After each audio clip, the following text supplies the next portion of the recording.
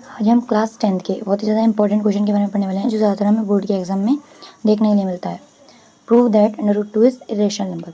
तो हम क्या करेंगे, एक इरेशनल नंबर है तो हम सबसे पहले से इरेशनल नंबर मान के चलेंगे। Let √2 be rational.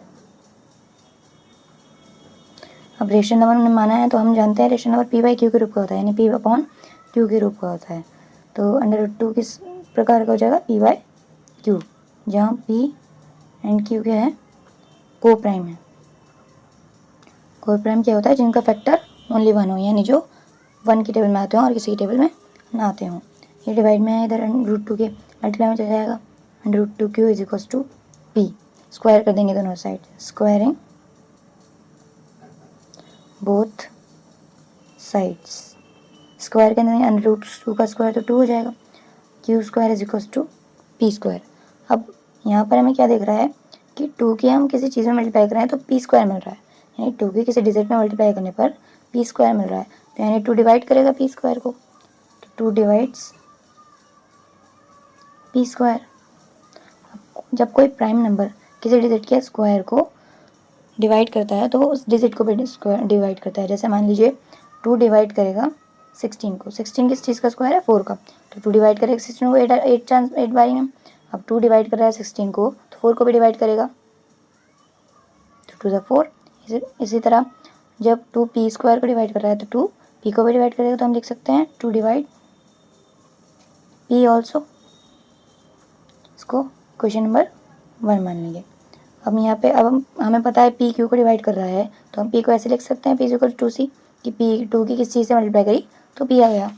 अब पी की वैल्यू हम इक्वेशन 1 में पुट कर देंगे, क्यू की जगह, पी की जगह क्या आ जाएगा, 2 Q square is equals to, p की जगह हमने पुट कर दिया तो आ जाएगा 2c का square, 2 Q square is equals to 4c square.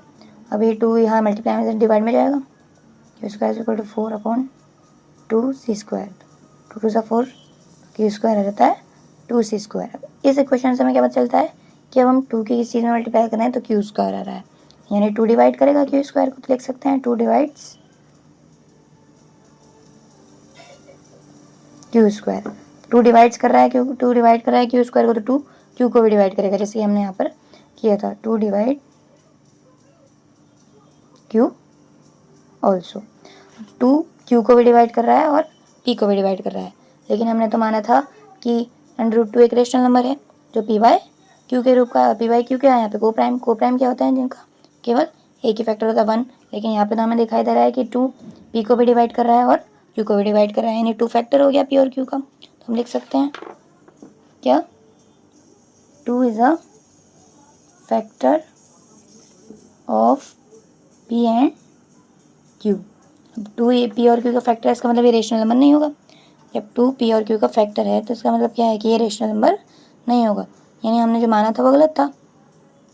That makes our assumption wrong. इसका मतलब हमने जो ये अजम्पशन लिया था, माना था कि √2 एक रेशनल नंबर है, लेकिन हमारी अजम्पशन क्या हो गई, रॉन्ग हो गई, गलत हो गई। तो इसका मतलब क्या है, जब ये एक रेशनल नंबर नहीं है तो क्या होगा, ये एक इरेशनल नंबर होगा। तो हम लिख सकते हैं therefore √2 is a rational irrational number. Okay, thank you.